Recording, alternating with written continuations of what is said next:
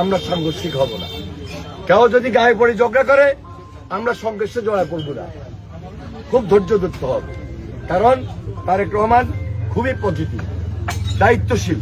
আজকে আমরা তারেক রহমান সাহেবের সঙ্গে মিটিং করে ফেনী থেকে সরাসরি আসি ওয়ার্কে নামছি।